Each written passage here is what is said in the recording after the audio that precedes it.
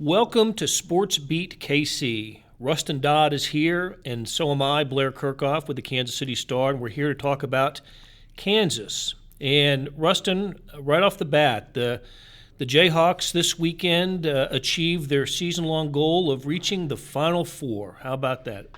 Oh, wait a second. Not in men's basketball, but in volleyball. We'll little shout out to Ray Bouchard's volleyball team, which qualified for the Final Four in Omaha this weekend. Yeah, I think it's an accomplishment anytime you're going to go to the Final Four, but I think for like a little bit of perspective, college volleyball, women's college volleyball might be like the most dominated sport by like the power programs. It's sort of like the same teams every year. So it's sort of wild that Kansas has sort of cracked that echelon this past weekend. And beat a top. Was Southern Cal top ranked? They were the number one overall seed in the tournament. But yeah, it's sort of interesting. There's 5 Midwestern teams, I guess if you consider Texas the Midwest, but you got Minnesota and Nebraska in there too, and so it's a little bit different.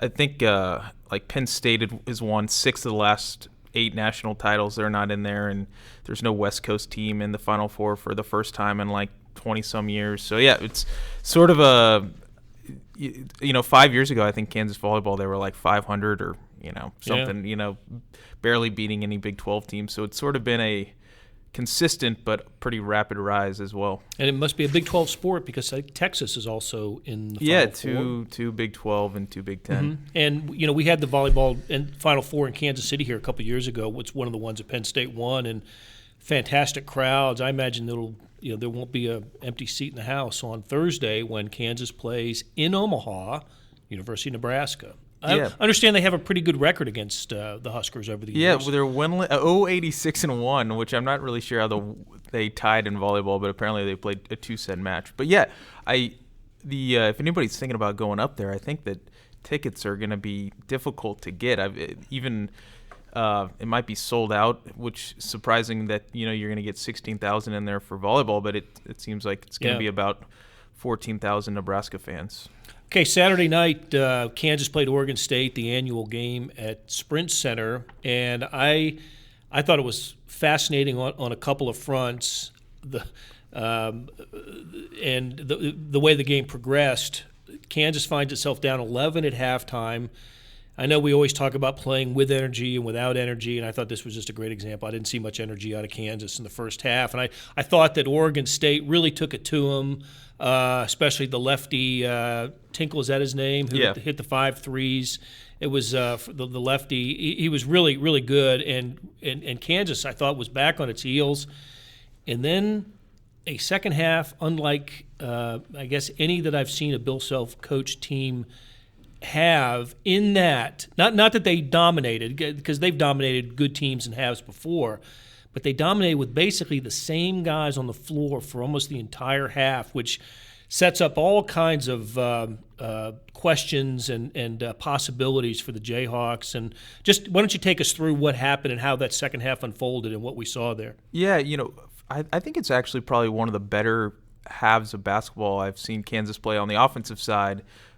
Maybe in the last 3 or 4 years since I've been on the beat. I think they were averaging like 1.46 points per possession, if you want to get really nerdy about it. That's an incredible number. That's probably like an all-time Kansas number under Bill Self. But yeah, then they stuck with their starting backcourt of Mason, Graham, and Selden, and I think they also only played 3 big guys in the second half, mostly with Bragg, Mickelson, and Perry Ellis. But I think the thing that stuck out to me was just the way Kansas's guards controlled the game and the way they can kind of control the tempo when they want to with Mason and Devontae Graham.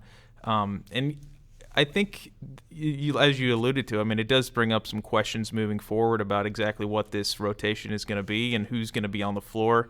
But I think if you're Bill Self and you saw the way your guards kind of took over that game and you kind of project forward to the NCAA tournament or just the postseason, to have those 3 guards, I think you have to feel pretty good about that. Well, especially knowing that this can happen if this is the way Bill Self chooses to, to strategize.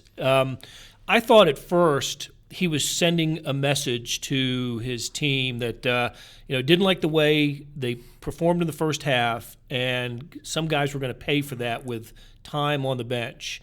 Guys like Jamari Traylor and Landon Lucas and Brandon Green and a couple others. And then as Kansas was just rolling offensively, I think maybe Bill's mindset changed a little bit. I'm not going to mess with this. This is going really well. They what did they hit, like 8 of their first 10 threes in the second half, and ended up shooting like 65% or so for the half. But at one time it was close to 80, and I thought, why fool with it? It's working. It's working well, and maybe he learned something about, like you said, he learned something about how his team can operate if he decides to give guys 35 to 38 minutes a game. Certain guys. Yeah, I think he made a good point after the game at the Sprint Center. Every year we kind of look at the Kansas roster, and because we know these players and because a lot of them are top recruits, we see, 10, 11 guys, and you always talk about the depth. Wow, this team has a lot of depth.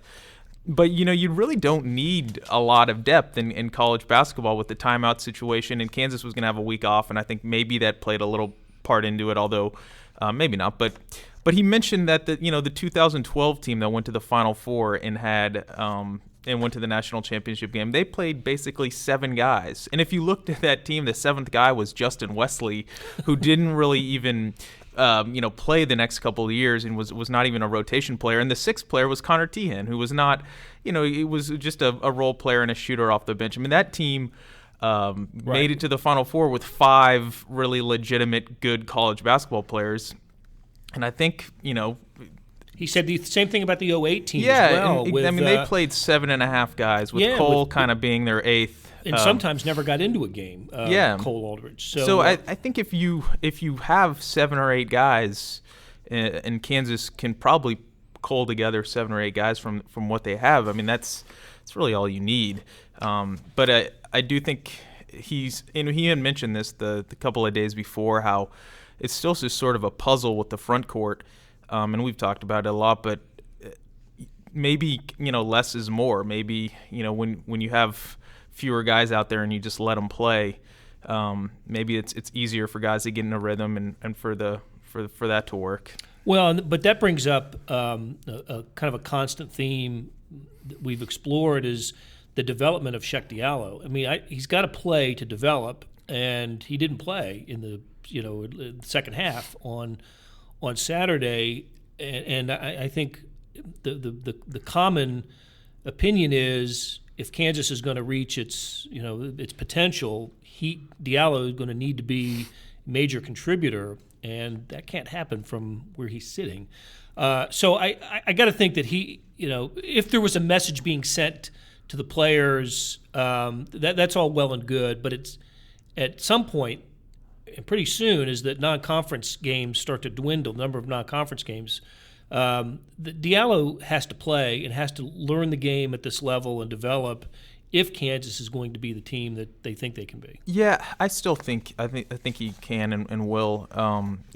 Self said after the game that he was sort of just going to put Bragg or Diallo or one of those guys in the game, and he said it was basically just sort of an instinct thing. Okay, I'll go with Bragg. I don't know that there was a lot of thinking behind that, and then when they got on such a roll that he was like, okay, I'm not going to mess with this.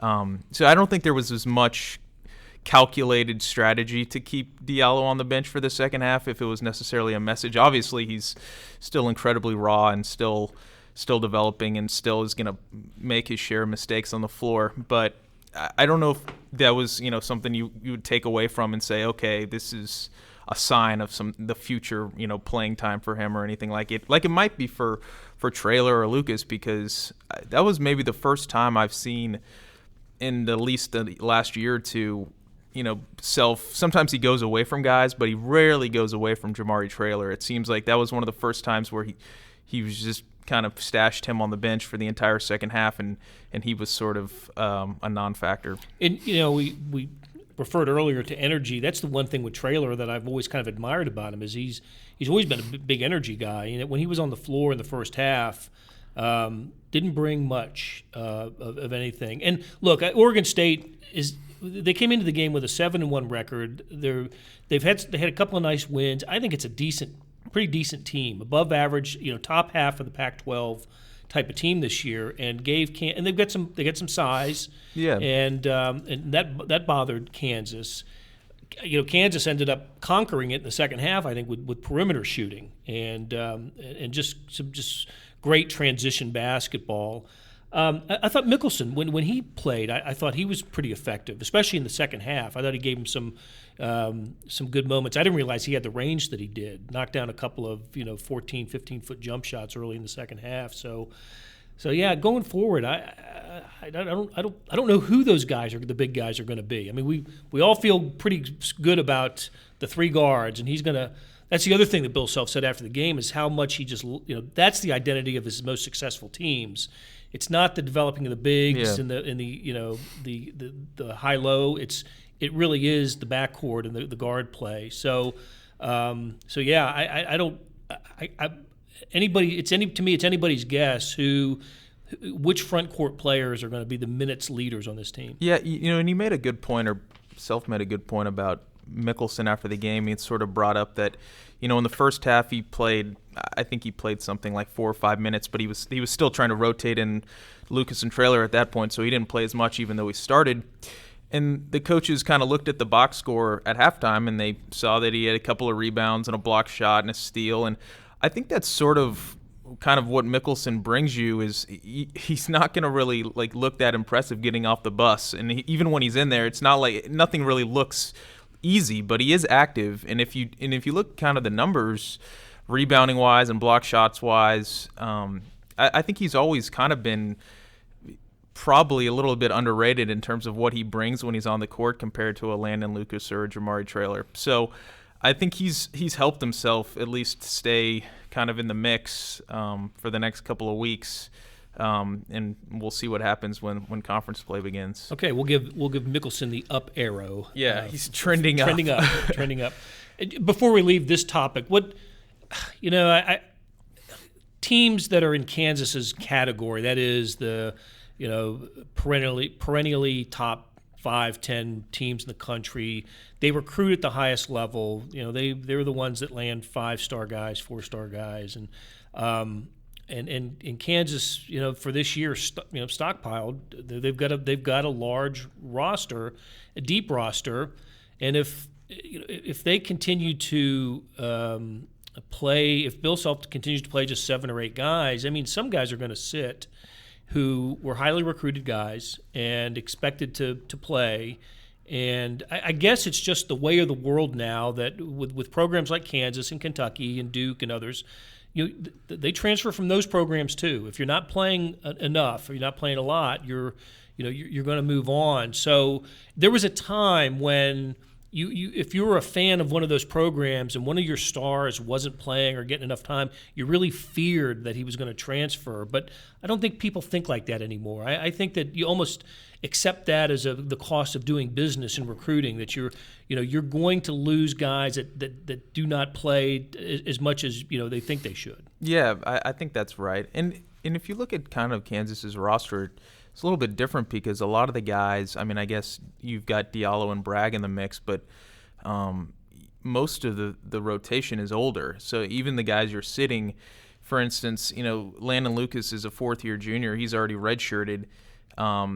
He wasn't necessarily one of those highly recruited guys, but he's, as Bill Self said, he can't redshirt. I mean, it would be difficult for him to transfer at this point in his career. Traylor is a 5th-year senior. Green is in his 3rd year in the program.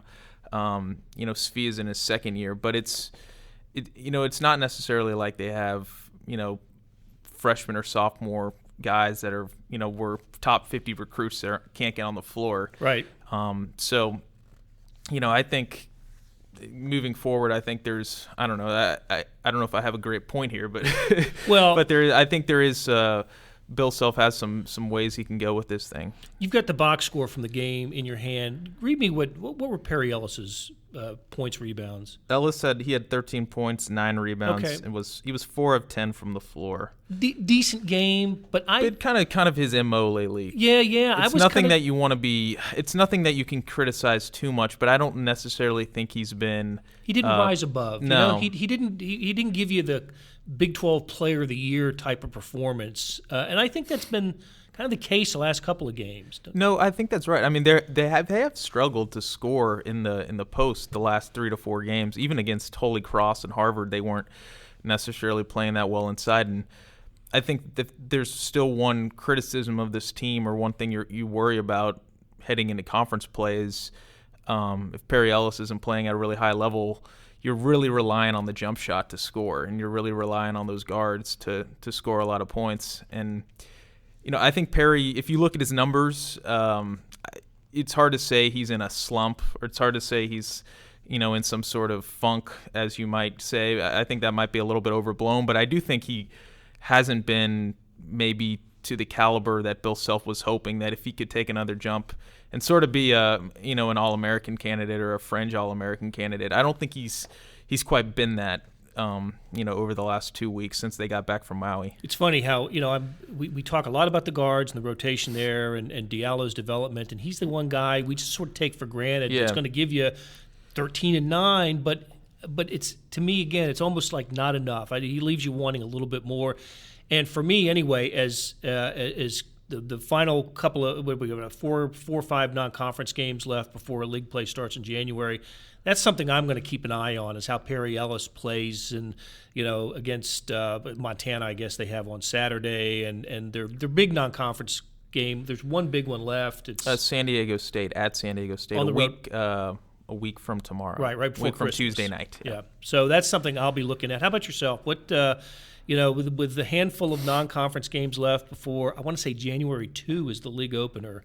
What kinds of things you're going to be looking for? Yeah, it's still sort of kind of, I feel like we're belaboring this point, but I still kind of want to just see how the front court kind of looks in the next couple of weeks in terms of who's actually on the floor and who's playing and who kind of rises in that group. And I also, Wayne Selden is shooting 60% from 3 right now. That's got to change, right? That's got to come down. He's 30 of 50 for the season in 9 games, and which is unbelievable. But 2, I think that's probably covering up some issues that Kansas has right now. I mean, if he's shooting 40% from 3, which would be really strong, they probably wouldn't. I don't think they would be any worse record-wise, but there might be, some performances that look a little different, or maybe, they struggle against Oregon State. I mean, he was 5 of 8 and was really good again. So at some point, Kansas is not going to be shooting 47% from 3 as they are as a team right now. And so, can they find other ways to score? Are they going to develop, some inside game to kind of supplement the scoring from the guards? I think that's just what happens when they stop shooting at this kind of ridiculous clip. All right, well, sounds good, Rustin. Thanks for spending some time with us here. And, hey, keep in mind, Kansas volleyball plays Thursday night against Nebraska in the Final Four. That's a cool thing, a very cool thing. And Kansas basketball in action again on Saturday against Montana. This has been Sports Beat KC. Thanks for listening. Thanks, Blair.